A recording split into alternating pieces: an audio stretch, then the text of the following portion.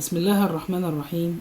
الدوري المصري الممتاز، مباراة الزمالك ضد الاتحاد السكندري انتهت بفوز الزمالك 1-0 في الجولة 21. الزمالك نزل بالتشكيلة 4-2-3-1 كالمعتاد.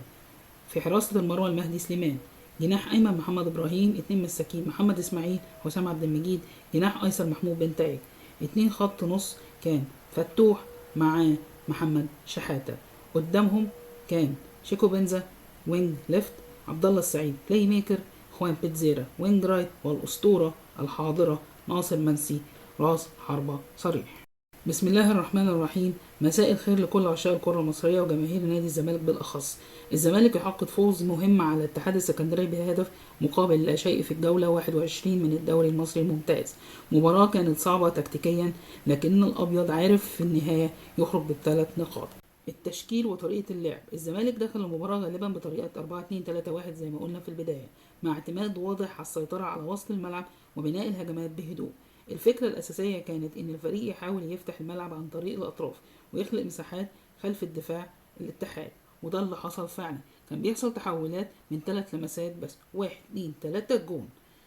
في المقابل الاتحاد السكندري لعب بتحفظ دفاعي واضح، واعتمد على الهجمات المرتدة السريعة ومحاولة استغلال أي خطأ دفاعي من الزمالك. أحداث الشوط الأول من المباراة: الشوط الأول كان فيه تحذير كبير جدا من الفريقين، فريق الاتحاد وفريق الزمالك. الزمالك حاول يسيطر على الكرة ويصنع فرص من خلال التمريرات القصيرة والتحركات بين خطوط دفاع الاتحاد السكندري، لكن دفاع الاتحاد كان منظم جدا وقفل المساحات في العمق، وده خلى معظم محاولات الزمالك تيجي من التسديدات أو العرضيات. الاتحاد من ناحيته كان خطير في المرتدات وكاد يهدد مرمى الزمالك في أكثر من لقطة، لكن اللمسة الأخيرة ما كانتش دقيقة جدا، والحزن حظ الزمالك إن الفينش بتاع لعيبة الاتحاد ما كانش كويس في الماتش.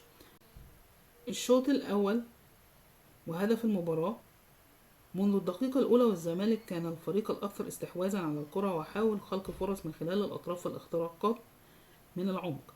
وبعد عدة محاولات هجومية نجح الزمالك في تسجيل هدف التقدم في الشوط الأول بعد هجمة منظمة استغل فيها الفريق المساحة في دفاع الاتحاد، وتم ترجمة الفرصة لهدف أعطى الزمالك الأفضلية للمباراة. كانت 3 لمسات ما بين فتوح وخوان بيتزيرا لفتوح، ومن فتوح لناصر منسي الأسطوري، ويدخل هدف الفوز. بعد الهدف حاول الاتحاد السكندري العودة سريعا للمباراة وبدأ يضغط أكثر في وسط الملعب، وكاد يشكل خطورة في بعض الهجمات المرتدة، لكن دفاع الزمالك كان يقظا وتعامل جيدا في هذه المحاولات.